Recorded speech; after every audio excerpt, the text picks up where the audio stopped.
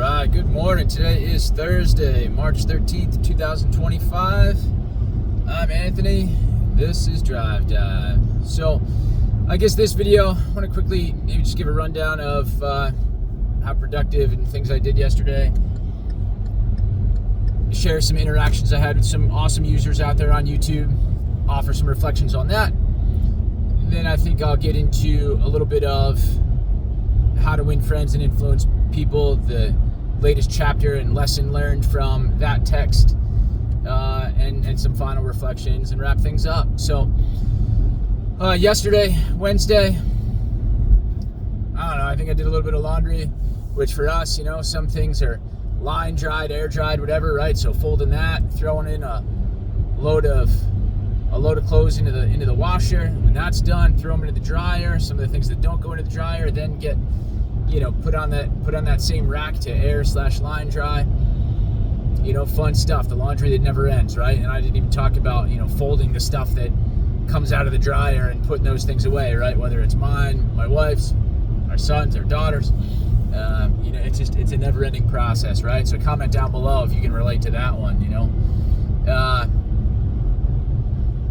don't know, I think late last night, after everyone went to bed, that's right, when I get my quiet time, my free time, my son and I are working on a separate video project, so I had to go through some of my camera stuff and figure out if I had, you know, the right equipment that would hook up to our video mixer. And lo and behold, I need one more cable. I need a micro HDMI cable. I have a mini HDMI cable to regular, right? Mini goes into the device and then regular out, but I needed a micro for a camera that I have. So anyway, place that order. I'll pick that up from Best Buy later. But yeah, otherwise throughout the day, you know, it was like, right, work, where I did get caught up on grading, which feels awesome.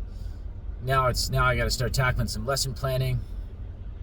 Yeah, when we were home, you know, dinner, and then just hanging out with the kids, right?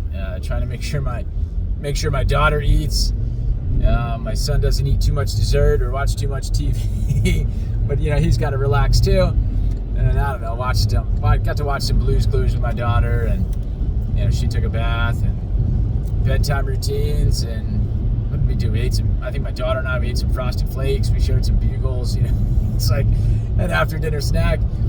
Bedtime, and that's the end of it. So interactions from some awesome YouTubers out there. You know, I get some love from Matthew and from Casey. You know, just words of encouragement, right? You know, can we be friends? Like, you're awesome, dude. Stay you. And so I really appreciate that. You know, I created a post out of Matthew's. I just said, you know, there it is, man. Like, validation, right? And I think that's why we're here. And one of the things that we, just as human beings, I think need, right? Some validation, somebody who just appreciates what you do and says so, right? And says so and shows so, you know, in some way that fills your cup, right? Sustains you, keeps you going, you know. And I know for sure I get that from my kids. I mean, they love me, right? And I see it, I feel it, you know, they say it. You know, my daughter, who, you know, as soon as she's, you know, my wife gets her out of bed, gets her dressed, you know, on the potty, you know, she's running to the kitchen to find me and have me hold her and pick her up, right? I mean, there's that love, that affection, you know, that I think, I don't know, just we as people need. And I know I honestly, you know, crave at times. You know, my son and I, we're always talking about different projects and, you know, what we get to do together, want to do together. You know, sharing things about our days and what things we're looking forward to. So just a lot of fun, and still trying to, you know, like I said, right, connect with my wife in that way. We just get so darn busy, as I say, with laundry, and you know, she's always, right, you know, packing up food and packing up, you know, and making dinner and taking care of dishes and cleaning floors, right? There's while then I'm, you know, occupying the kids, whatever. So it's just like, you know, it just doesn't end, right? And we'll try to, like, we sold tickets online, and just the constant, like, us managing that of, like, you know, who are they sending the money to via Venmo, and whose, you know, whose account has the tickets, all this other stuff, you know. So, like, doing some things, right, together and some interaction and whatnot. But as far as like that connection, is at times lacking. And, so comment down below if you can relate to that one for sure. But the other thought I had on that, in terms of validation and whatnot, is that there are those people in your life, or I hope there are, and there should be, I feel, who give you that validation, that appreciation, like no matter what. I think a lot of times it maybe arguably should, come from family, should come from, whether it's family you chose, right, or family you didn't choose. Those you didn't choose, mom, dad, aunt, uncle, etc., and those you did choose, right, your spouse, your friends. I guess you could say I chose, right, my children, in that my wife and I chose to make them, have them, right, and raise them. There are some people you should, I think, just get it from automatically. And so it can be really disappointing when you thought you would get it from a particular person, or you certainly at least have people in your life, whether you chose them or not, who, even if you don't get it automatically, right, they should, I think, like make that effort to take an interest in you and your interests, and again, just provide that validation. So, it's crushing when my son and I, we have a separate channel with some video game content, and just to get from certain people like I watched like 15 seconds and I couldn't go any further. It's like, well, come on, like, really, that's how we treat each other. Like that's how we feel about one another's interests. That we can't give it more than 15 seconds and just dismiss it and it's gone. And I get a lot of that from as my son and I run around to different Disney Lorcana events and tournaments. People, adults, right, who see me with my son in that way, interacting and whatnot, and they've grown up around these things themselves, and often kind of made their own way. They'll stop me and go like, man, like it's so awesome that you're here with your son, that you spend this time with him. And then they tell me that, oh, well, my dad, he just said this was like gambling and he wanted no part of it, would not play with me at all.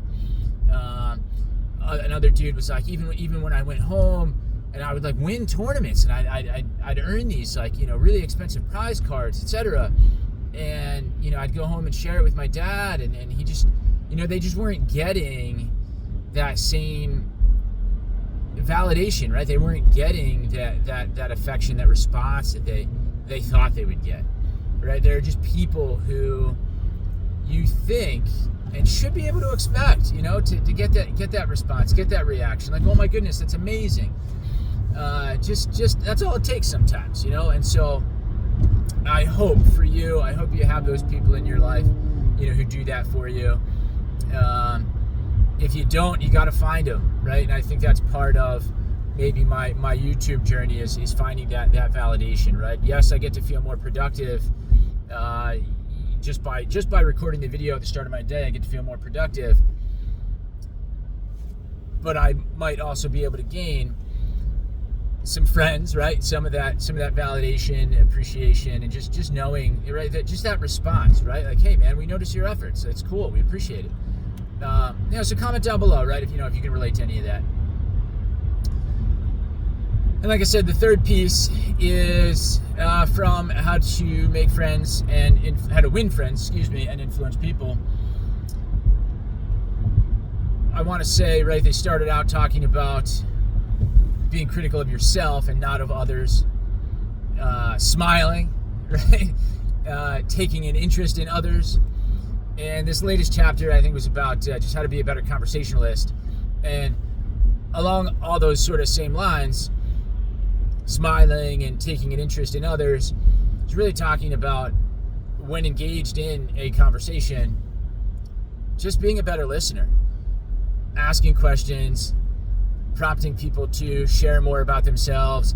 I guess there's the underlying theory presented that really people do want that. They do want the opportunity to talk about themselves. And so when they're in a conversation with someone who is asking about them, and they're then able to share about themselves, it makes them feel good. It makes them feel appreciated. And so the author was, I guess, recommending that, right? To just be a good listener, to to ask good, thoughtful questions and leave it at that.